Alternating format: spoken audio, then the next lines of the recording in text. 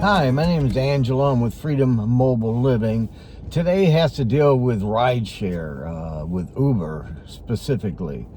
Some of the issues I've had starting with Uber, especially those issues I had today. One of the things I experienced today is, number one, dealing with the surge bonuses or streak bonuses that Uber has been given. Couple times it's happened to me. I went ahead and did the streak bonus, and then I get the first one and then the second one, and the whole idea on a streak bonus is get $18 if you complete 3 rides consecutively. So I do the first ride, I do the second ride, and then when I waiting for the third ride, all of a sudden my app turns off and then it turns back on, and I don't get credit for those first 2, and it starts me all over again in the streak bonus. Now, if that just happened one time, I'd say it was a glitch, but it's happened more than one time, and it really irritated me this morning because I was really chasing those streak bonuses. Streak bonuses kind of offset your cost a lot, and so I always like to get the streak bonuses because then I can get more money than what my driving is, and that always offsets my cost, and then my profitability soars higher because of that. When it happened this morning, it really bothered me, and every time it does happen, I get a little angry inside, and then I have to go through it, and I have to calm myself down, and I have to say, Angelo, don't take it so personal. And the only reason I do is because I almost feel like sometimes it's intentional. It's almost like if I had something to do with it, let's say that ride came through and I didn't take that ride and I missed the streak bonus, I understand that because that's on me. But when it has to do with me having nothing to do with not getting it, and my app just goes offline, and then I have to go back online, that wasn't something I created. Another time it happened is they said that I received a ride and I didn't get a ride, and that I refused it and I never did. So I have a question as far as the integrity of whether this is happening on purpose or whether it's happening intentionally. I just have an issue with it, and I wanted to speak a little bit about it because it's really frustrating. It's frustrating enough with the higher gas prices and what us drivers have to go through in order to make $1. Now, thank God this is all my income. Thank God I have other income relating to this, so this is not something that is really bothering me to the point. But it does bother me because I do allocate X amount of time to it, and anytime I put time in something, it bothers me if something happens out of my control. So it really irritates me because I lose a lot of money doing this. So sometimes it upsets me so bad that I go ahead and shut off the app, and then I go do something else to make money, and I don't let this. It really bothers me. It really bothers me in that fact. Right now, I'm in the process of opening the Ride Local app. I'm doing some coding. Right now, it's over at Apple. Google has approved it, but Apple hasn't approved it yet. They're doing the test on the app.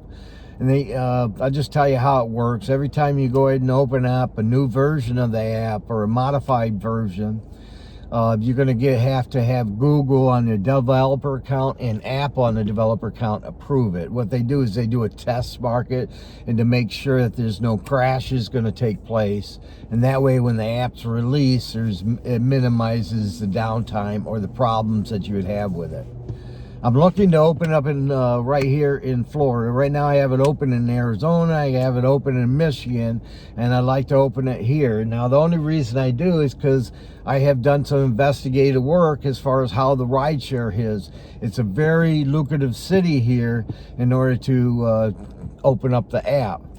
I've also had a lot of drivers in the area that have indicated that they would like to drive for Ride Local, and so that kind of motivates me to do the coding, to get it tested, and to get it to the platform open. So I'm anticipating the platform to be open next week. Now, one thing nice about Ride Local, there's actually not one thing, there's a couple things that are really nice. The first most important things, it was the reason why I even coded for the app to do another app similar, is one of the most important things is 100% fares is paid out to the driver. That Ride Local doesn't take any of the money from that. All Ride Local does is do booking fees, and that's for the development and the future marketing of the app and Ride Local platform.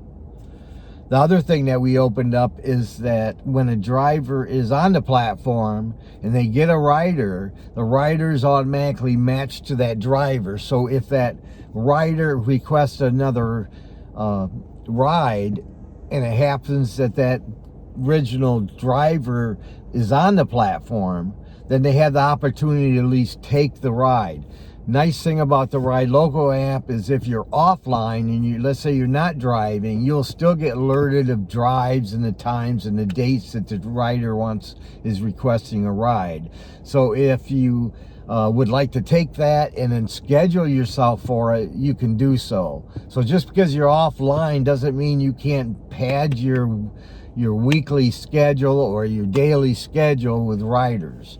That's one thing nice about it. But the most important thing is safeness, and safeness is generally, when I talk about safeness, safety is more important for the rider, because that way the rider can feel secure and safe when they have the driver.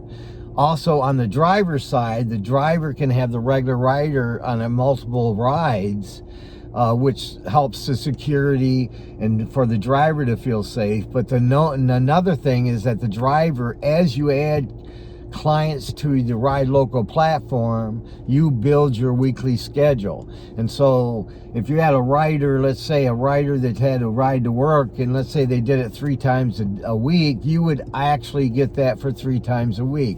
Nice thing about it, 100% of the fares. So you're making more money than you can for driving any other little platform, ride share. With Ride Local, we group it. We also look at the industry as far as how Uber and Lyft are paying out on drivers and also charging riders. The whole idea is to have the cost to the rider cheaper and have more fares or more dollars going to the driver, and that way it offsets the cost. They can make more money. They don't have to worry so much of the high price of gas, because that's all figured into it as well.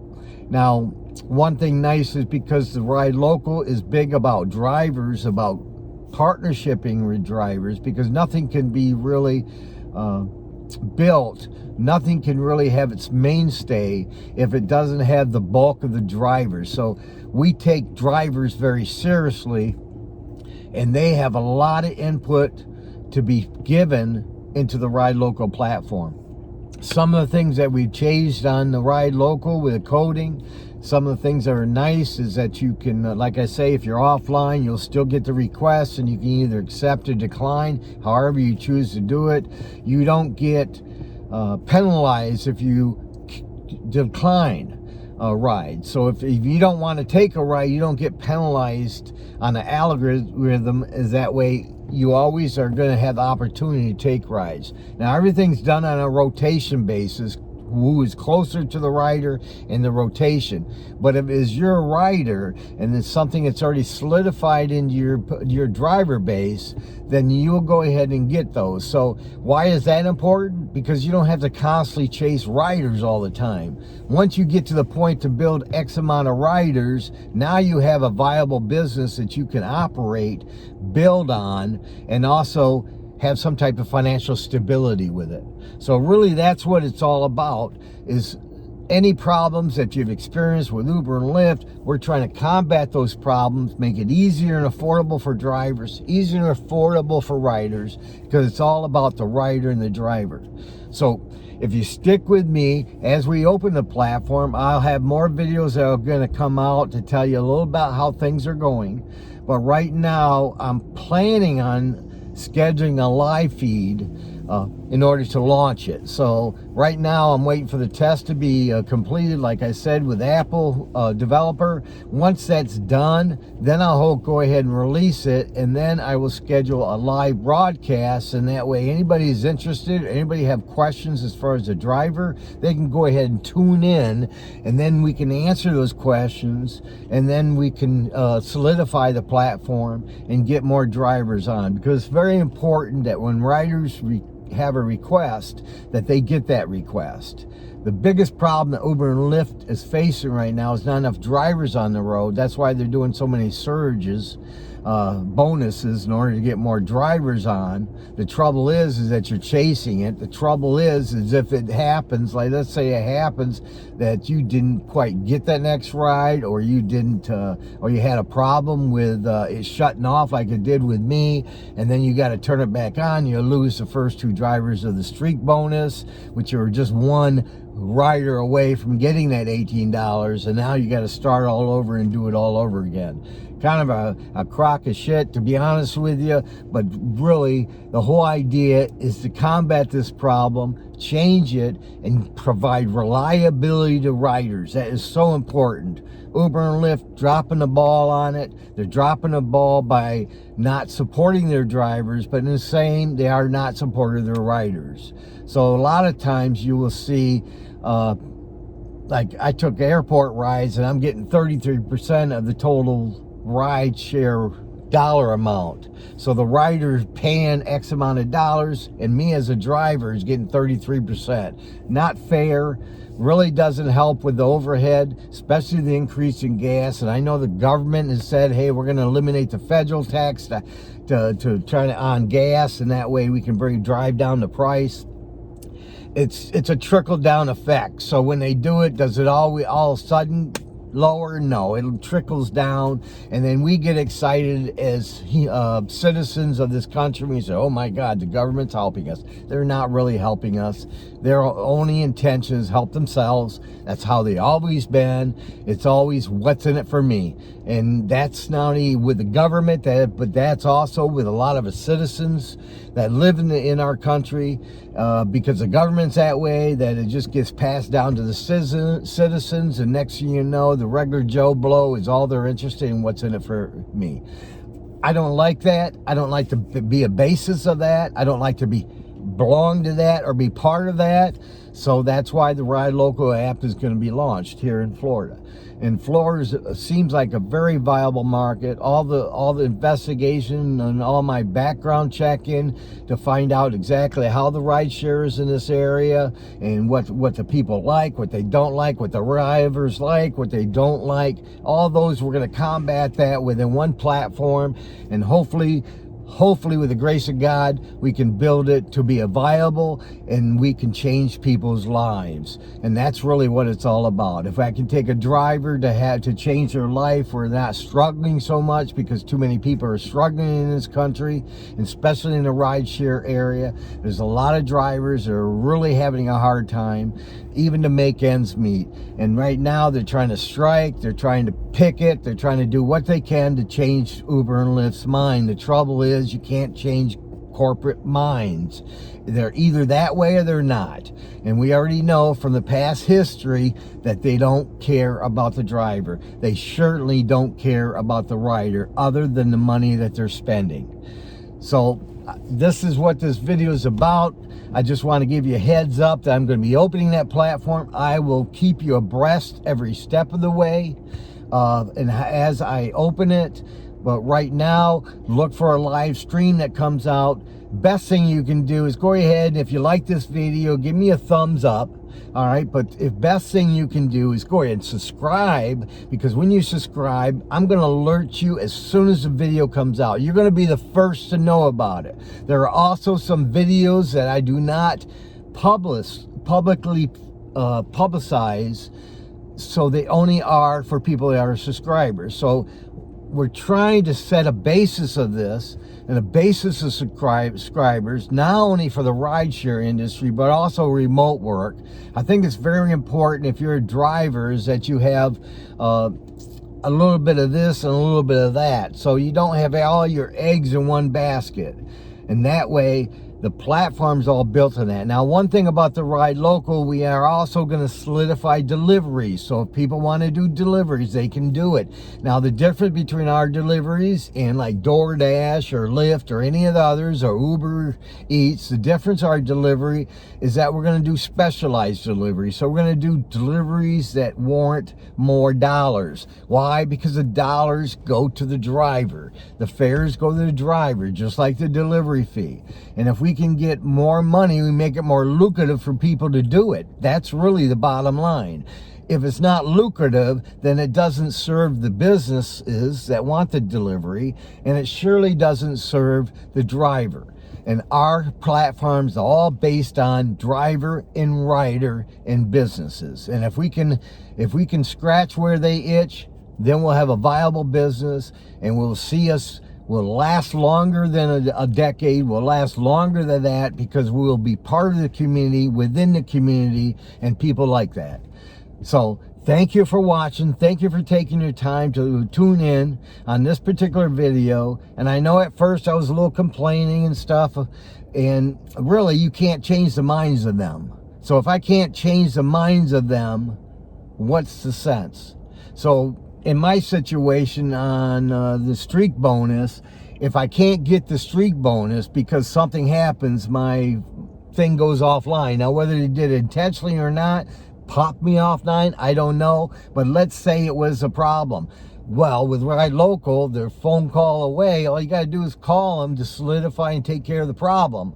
With the Uber and Lyft, takes forever. And not only that, but my experience with Lyft, I had a problem with taking airport rides, and they're saying they're going to pay for the toll, but the toll is $1.50 and they give me $1.07. In some cases, $2.50 for the toll, and I get $1.07. So that's in a loss. Those things you can call directly to Ride Local, and we can take care of it. I've done that with Uber and Lyft. I've left messages, and I even went to their chat system, and they said, hey, they're not qualified to take care of this, so go ahead and pass it up. They pass it up, and I never hear nothing from them. I did that on a couple occasions. I never get resolution to what I'm asking. Now, if you're a business, the most important thing in your business is your customer. That's what you would think Uber and Lyft, the most important thing to them would be the driver, because we are customers to them. Without us, they would not have a platform. But apparently that doesn't work that way. So they think just by ignoring questions, by ignoring situations and issues, that it will go away and the driver just won't bother with it. And that's probably truthful to some degree. And that's probably happened in the past. But how can you change something if you have no control over? And somebody told me a long time ago, if you have no control over it, you can't change it. So why worry about things unless you have control? So what I've done is decided to take the control by taking the bull by the horns, developing our own, coding our own app, and getting our app. And I did it for the drivers. The time when we initially came out with it, 2019, we had some issues because of the pandemic. Now all that's over. So let's see if we can build it. Let's see if we can offer better service to the riders. And let's see if we can have drivers that at one time in their life can say, hey, I'm on a good platform. It pays me well, and I'm glad I'm doing it. I'm paying my bills, and I'm getting ahead in life. And I'm finding financial stability. That's what it's all about. Thanks for watching. Like I said before, give me a thumbs up if you liked it. If you want to be alerted of future videos, go ahead and smash that subscribe button. That helps the channel out a lot. We don't ask for money from anybody. Everything's self-sufficient right now. And I appreciate you watching. And I'll look to see you again on my next video. Have a great day and be blessed. It's Angelo, and thanks for joining me here at Freedom Mobile Living. Thank you for watching this video, and today I just want to talk a little bit about maybe in the past how I actually got here. A lot of people, I'll sum it up real quick because there's a video previous to this that tells you why I became a nomad. But really, to sum it up, it's because I was tired of the restraints of traditional living. I wanted something more free. I wanted something that if I choose to go wherever I can go without any restraints from having something that locks me into a permanent spot, and something that I had to work in a certain job or a profession in the same city. So I wanted something more that I could work remotely, so when I choose to travel and go somewhere, I can do that. I don't have to feel like I'm restrained and I have to get somebody to watch over the property. I don't have an additional expense. A lot of those things. Plus, I feel like I have less anxiety and I feel more free. Freest I've ever been in my life is since I've been a nomad. Some people say, doesn't it get lonely? Be honest with you, it doesn't. And see, it's amazing how busy I stay in doing this, and that brings up a very interesting subject having to deal with things I am doing right now. Now, when I started, I had a company with air duct cleaning and carpet cleaning, and I had that. I couldn't sell it, mainly because of the pandemic. People, and the ones that were giving me offers, they were doing it too low, and I wasn't going to do that. So me and my partner decided to hang on to it. We hung on to it until April of this year. In April of this year, we sold it for a real low cost of money, mainly because we wanted to get out of it and go forward with our lives. And we already made all the money we need to make with it. So our investment into the company was paid us 10 times over. So I decided to do the remote living, and first thing I could, was the good rideshare. A lot of people don't understand that you can go into other cities and other states and still make money with rideshare. So that's what I do. I'll go into the city, and that's not my primary income at this time, but it is a portion of my remote income. So I do that when I want or when I'm bored. Sometimes I'll do it just to eat up some time because I'm bored. And then I'll also I have done deliveries. Now, I haven't done deliveries like food deliveries in quite some time now. Reason being is because I don't have to. So I'd prefer not to do them because I don't think they pay enough. And it's a lot of jumping around, running in and out of spaces and dealing with the traffic a lot more. And so I just choose not to do it. It's not really my forte. Delivery was, and I did roadie too. To me, delivery I just don't care for it. Although I have the lab, I've done the lab with the dental, mouthpieces, and so there's some deliveries are lucrative, and you're not so much locked in that you have maybe a predetermined amount of time you're going to do it, or you hand it off to somebody else so they can take it over. I've done that as well. But one thing my background, because of the businesses I owned, I've owned maybe 15, 16 businesses my whole life, and all those I started out, except for one of them, I started out from the ground floor. So I really didn't have anything. I had to create and build things, and while I did that, I didn't want to pay the lot of money on doing it. Not only that, but sometimes I did that one time. I had somebody manage my website, and they really screwed it up and actually put me back. So where I had more knowledge than the people that were managing it, and that really, so I just kind of was the type that I'd go ahead and I'd learn. I'd take courses on Udemy. I'd do Google Garage School, and I've done that, and I've been doing this. I've been over 20 years. I've been doing learning as far as dealing with IT, SEO, coding, and so on.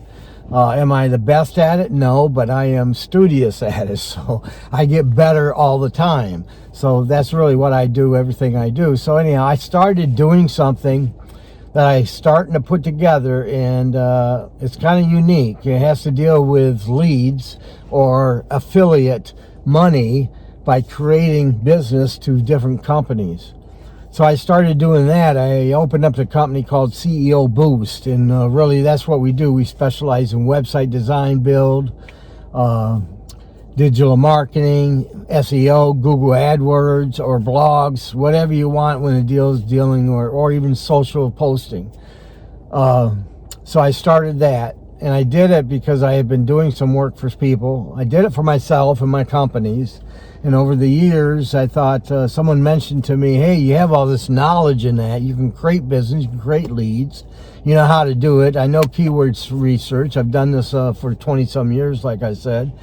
So I tried it. I decided, okay, I'll bring it out to market. I'll let some people know about it. So I had a writer. He owned a business. I didn't know that, but as we were talking, I was talking to him about it. On my profile, it does say that I'm in IT. So he started asking me questions about it. And come to find out, he was asking me questions because he was really searching for somebody different than what he's had, because he hasn't been happy with the results. In the business of digital marketing, website design, everything, all has to deal with results. If you can produce results, people will pay you for it.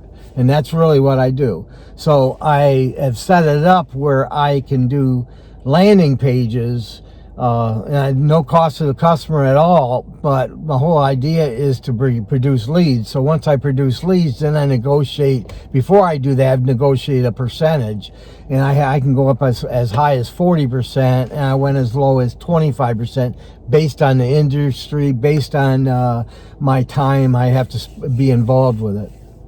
So I started doing that, and then I also picked up another person that wanted to start up and wanted to build a website.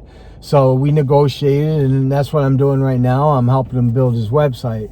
Now, one thing nice about it is when I do things, I don't just let you in the dark. So if I'm going to build your website, or if I'm going to do something like that, I'm going to give you things you can do to manage it, if that's what you choose to do. If you want me to manage, I'll be happy to do it, but I'll show you. I also set up social buttons within the website, so you can, it's good for you and the employees. One thing you can do is you can hit the Facebook, and it goes right to the Facebook, so employees can post on theirs, or anybody who hits it can post on theirs, and then it gives better exposure when it comes to Facebook.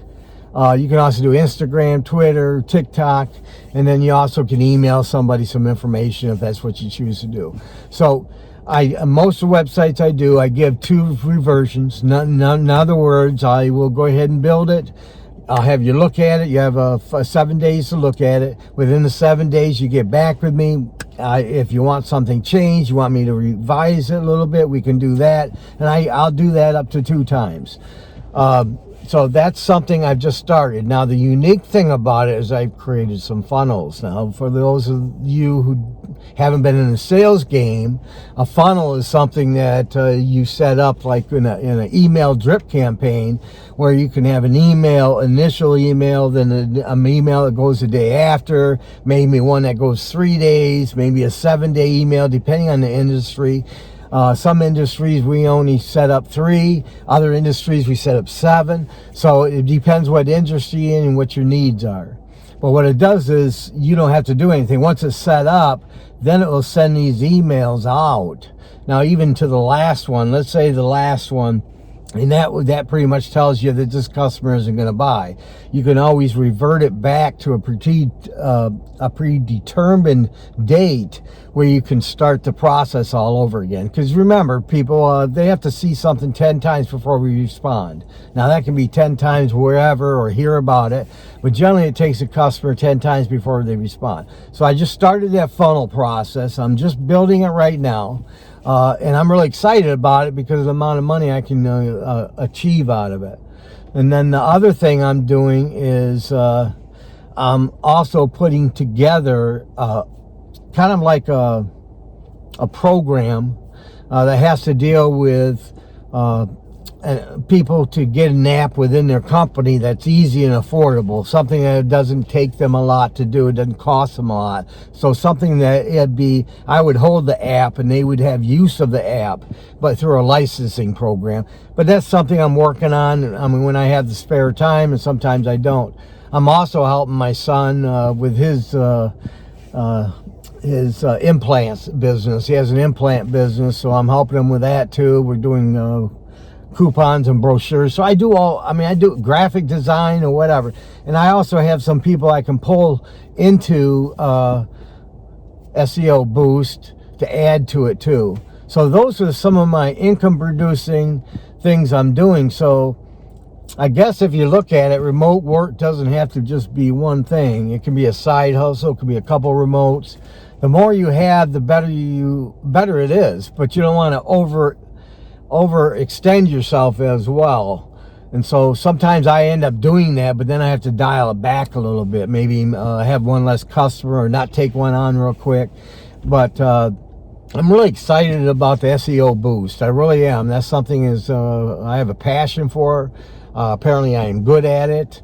I got the education experience with it. And so I think I can help a lot of businesses out without them having to, sell the bank. So to make it more affordable for people as well. So just remember, anybody can really do this. And some people will tell me, oh, well, how do I start? Know nothing about it. Well, it's real simple. Do you know that there's people out there who will pay people just to answer posts on social media? Companies. Because having awareness and a brand on social media is so important for a company. Exposure is so important.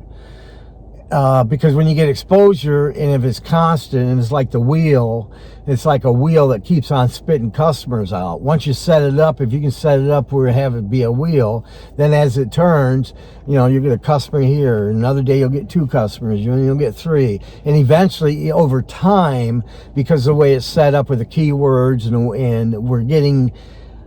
I don't want people to get confused, but it's very important. Keywords are keywords, but it's very important to have the ones where you get the customer that is there at the buying process, not on the investigation process or just looking into it. So I don't want somebody just looking in. If I was a company, I wouldn't want somebody just looking into it. I'd spend a lot of money them just looking about what it's about.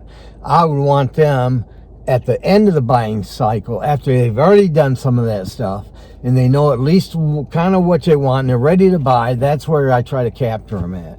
And that's done through extensive keyword search. So anybody can do that. And one thing you can do if you want to try it out in anything you want, you like digital marketing, you think coding, hey, maybe I can code. Coding is a troubleshooting platform.